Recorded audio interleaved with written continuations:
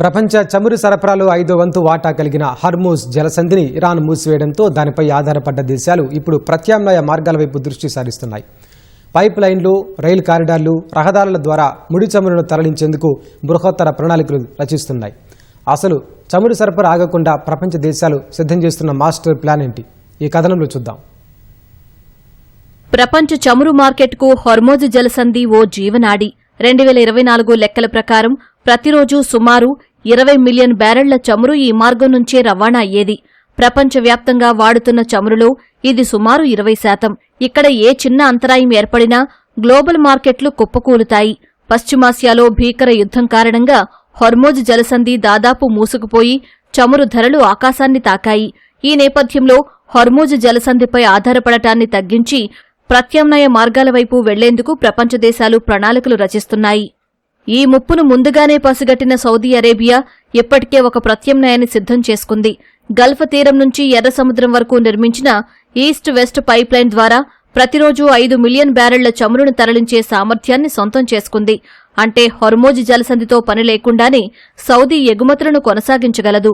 ఇదే సమయంలో భారత్ ప్రతిపాదించిన India Middle East Europe corridor IMEC మరింత ప్రాధాన్యతను సంతరించుకుంది. 2023లో న్యూఢిల్లీలో జరిగిన G20 సదస్సులో ఈ ప్రాజెక్టును ప్రకటించారు.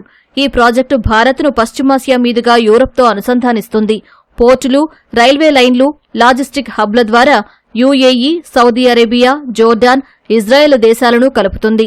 ఈ ప్రాజెక్టులో భారత్ కేంద్ర బిందువుగా మారుతుంది. ఐఎంఈసీ పనులు వేగాన్ని పెంచాలని ఫిబ్రవరిలో ప్రధాని నరేంద్ర మోదీ పిలుపునిచ్చారు.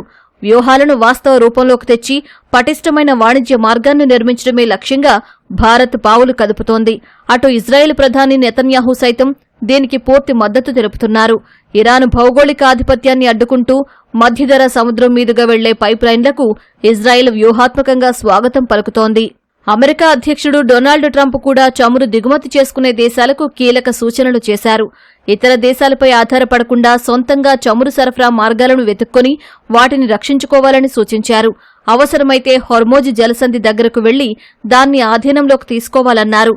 అంతర్జాతీయ మార్కెట్లు త్వరలోనే సాధారణ స్థితికి వస్తాయని, చమురు ధరలు తగ్గుతాయని ట్రంప్ ఆశాభావం వ్యక్తం చేశారు. అదే సమయంలో చమురు కోసం ప్రపంచ దేశాలు అమెరికా వైపు చూడాలని ట్రంప్ ప్రతిపాదించారు.